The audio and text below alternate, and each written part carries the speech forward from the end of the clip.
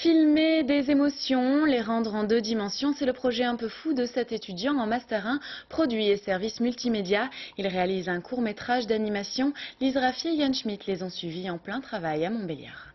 4 secondes, c'est beaucoup trop long. D'accord. Surtout qu'on a une scène longue avant, on a une scène longue après. Donc au milieu, on met une scène qui dure, au lieu de durer 4 secondes, elle dure 3 ou 2 secondes.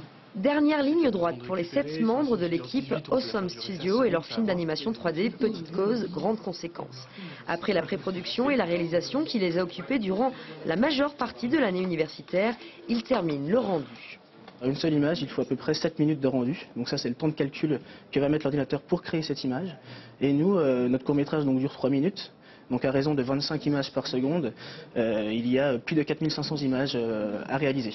Donc je vous laisse faire le calcul, il faut multiplier 4500 par 7, ce qui fait de nombreuses heures de rendu et de temps de calcul. Soit près de 22 jours. Cette année, le thème du projet était l'émotion et voici le scénario que notre équipe a concocté. On a un petit garçon, Lendal, qui rentre dans un parc d'attractions. Donc comme peuvent être tous les petits garçons qui vont à un parc d'attractions, il est super excité, super content. La première attraction qu'il voit, il se jette dessus et pendant cette attraction, il voit de loin une fille qui se détache du reste. Et donc tout du long, il va essayer de la conquérir. Et avec ça, il va avoir 2-3 éléments qui vont venir l'empêcher de le faire. Et puis il va falloir qu'il jongle avec tous ces éléments pour arriver à ses fins, quoi. Pour voir le court-métrage en intégralité, il vous faudra attendre le 10 mai prochain. Projection dès 17 h au Grand Amphithéâtre de Montbéliard.